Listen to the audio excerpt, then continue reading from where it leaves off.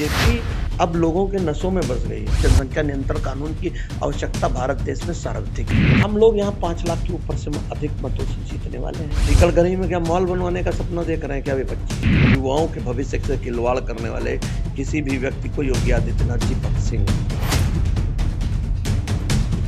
लोकसभा का चुनाव का बिगुल बज चुका है और ऐसे में उन्नाव में त्रिकोणीय चुनाव अपने अपने लिहाज से सारे नेताओं दावे खेलते हुए नजर आ रहे हैं। हम इस समय मौजूद हैं उन्नाव की सदर विधानसभा में और हमारे साथ में युवा भाजपा नेता प्रवीण मिश्रा उर्फ भानु मिश्रा हमारे साथ में हैं। हम इनसे जानने का और समझने का प्रयास करेंगे कि आखिर उन्नाव में किस तरीके से बीजेपी प्रत्याशी को जीत मिल रही है और किस तरीके से लोग क्या कुछ मुद्दे हैं, क्या कुछ दावे हैं जो लोगों के बीच में जाकर वो अपनी बात रख रहे हैं। भानु मिश्रा जी हमारे साथ में हैं। भानु मिश्रा जी, आपका बहुत बहुत स्वागत है जनता टीवी पर। जी संकल्प भाई, क्या दावे हैं, किन मुद्दों को लेकर बीजेपी प्रत्याशी साक्षी महाराज इस बार रण में है? क्या दावे हैं उनको, किन मुद्दों को लेकर वो बीच जनता के बीच? हम लोग 10 साल के सुशासन को लेकर जनता के बीच में हैं। मोदी जी द्वारा जो आम जनमानस को जितनी भी ये सारी योजनाएं जिनका ये लाभ डायरेक्ट आम जनमानस को हो रहा है, वो जो लूट बंद हुई है, जहाँ पर पहले प्रधानमंत्री कहते थे कि मैं 1 रुपये भेजता हूँ और नीचे 15 पैसे पहुँचते, उन सब चीज़ों को लेके हम जनता के बीच में हैं और जो विकास की एक नैया बही है उसको लेके जनता के बीच में। युवाओं की एक मांग है इस बार जो है बेरोजगारी और महंगाई, ये एक बड़ा विषय है। इसको कैसे फेस कर रहे हैं जनता के बीच? देखिए, महंगाई और बेरोजगारी जब से मोदी जी आए हैं उस तब से बिल्कुल कंट्रोल में है। और बेरोजगारी का तो लोग रोना रो रहे हैं।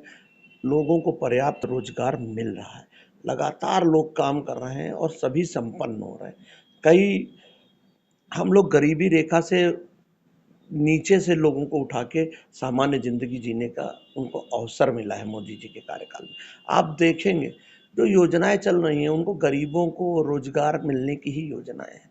आप देखिए, जब मकान का लोन एक पास होता है तो उससे कई लोगों को रोजगार मिलता है जो उस मकान को बनाने के लिए कार्य करते हैं। लेकिन इस बार युवा बड़ा नाराज है। ये भ्रम की स्थितियां हैं। युवा बहुत खुश है। 370 खत्म हुआ है। पाकिस्तान की छाती पे लात रख के हमने सर्जिकल स्ट्राइक की, उसको चुप कर दिया है। चीन की आंखों में आंखें डाल के उसको सीमा में अपनी रहने की हिदायत दी है। हम लोग लगातार काम करते चले आ रहे हैं और पार्टी निरंतर काम कर रही है। युवा बहुत खुश है। युवा का सम्मान, युवा को रोजगार, युवा को जो हम लोग लोन बैंकों द्वारा प्रोवाइड किया जा रहा है स्टार्टअप योजना के तहत, सब युवाओं के लिए है। स्किल डेवलपमेंट, विश्वकर्मा योजना के तहत लोगों की स्किल डेवलपमेंट की जा रही है। उनको व्यापार करने के लिए लोन प्रोवाइड किया जा रहा है और एक किट भी दी जा रही, ट्रेनिंग दी जा रही बाकायदा। पहले की सरकारों में कभी ऐसा हुआ नहीं। बीजेपी तीसरी बार हैट्रिक लगाएगी। बीजेपी तीसरी बार हैट्रिक लगाएगी। बीजेपी अब लोगों के नसों में बस गई है।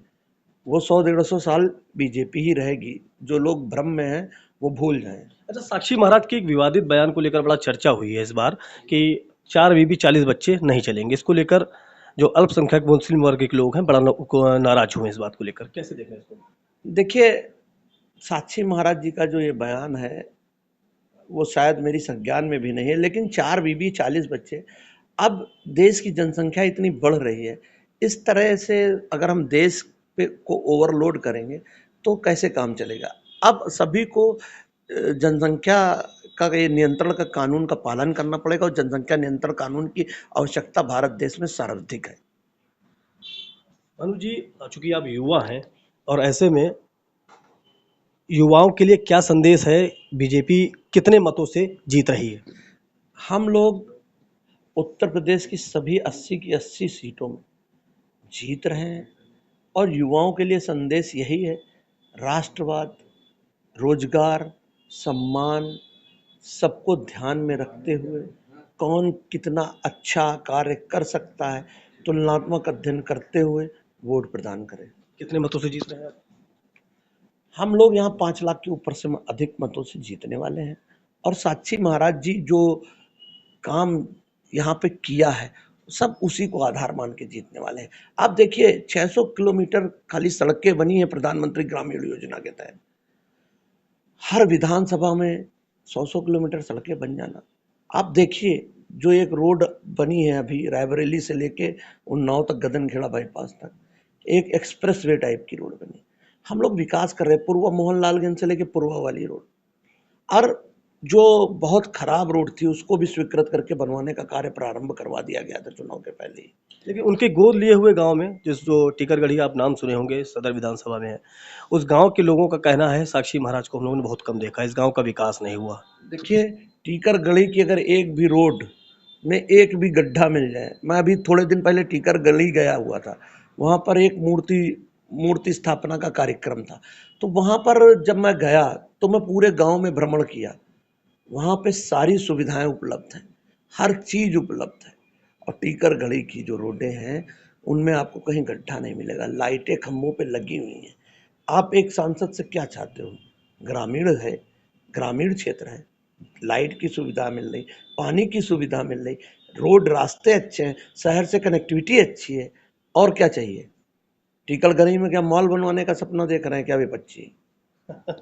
ये भानु मिश्रा जी, युवा इस बार जो है फिर से उसी बात पे आ रहा है कि राष्ट्र हित पे चुनाव होगा या विकास हित पे। देखिए, विकास और राष्ट्र दोनों एक दूसरे के पूरक हैं।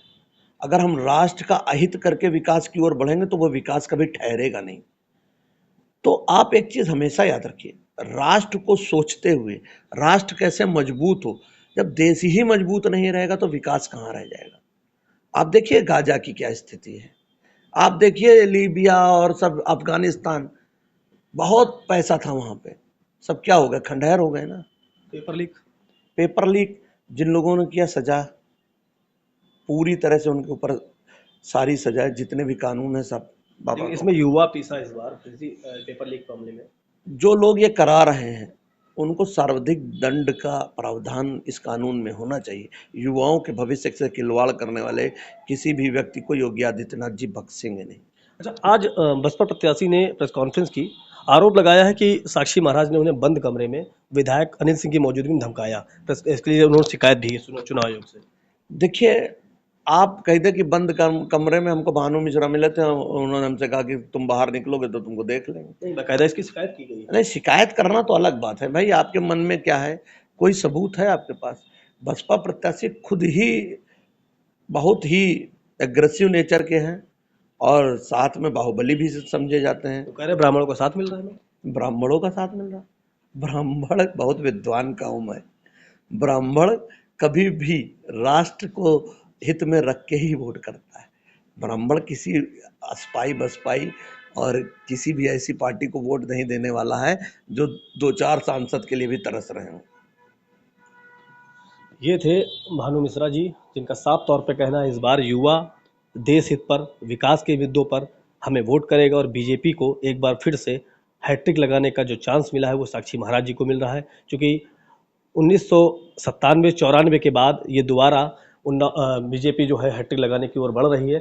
फिलहाल चुनाव के नतीजे क्या होंगे ये तो मतदाता ही तय करेंगे, लेकिन फिलहाल सबके अपने अपने दावे हैं जो जनता के बीच में ले जाकर उन्हें डाल रहे हैं। उन्नाव से जनतन टीवी के लिए संकल्प दीक्षित। बीजेपी अब लोगों के नसों में बस गई है। जनसंख्या नियंत्रण कानून की आवश्यकता भारत देश में सर्वाधिक है। हम लोग यहाँ 5 लाख के ऊपर से अधिक मतों से जीतने वाले हैं। टीकरगढ़ी में क्या मॉल बनवाने का सपना देख रहे हैं क्या विपक्षी? युवाओं के भविष्य से खिलवाड़ करने वाले किसी भी व्यक्ति को योगी आदित्यनाथ जी बख्शेंगे।